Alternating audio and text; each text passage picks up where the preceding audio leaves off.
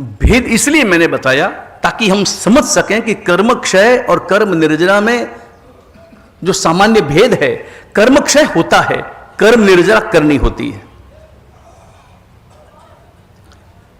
हालांकि कर्म निर्जरा वही कर्म क्षय है, लेकिन समझना यह है कि जैसे कोई भी कर्म उदय में आया,